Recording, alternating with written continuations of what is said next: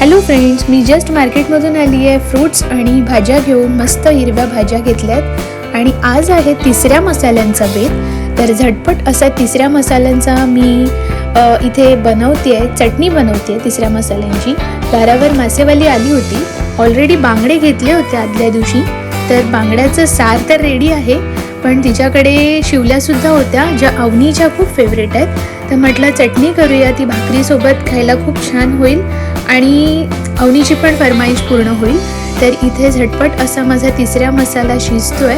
आता 2 मिनिटात शिजेलच.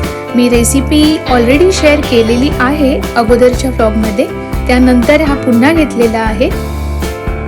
तर माझा इथे तिसरा मसाला रेडी आहे. तुम्ही आज फ्रायडेचा स्पेशल बेत काय केला आहे ते मला कमेंटमध्ये सांगा.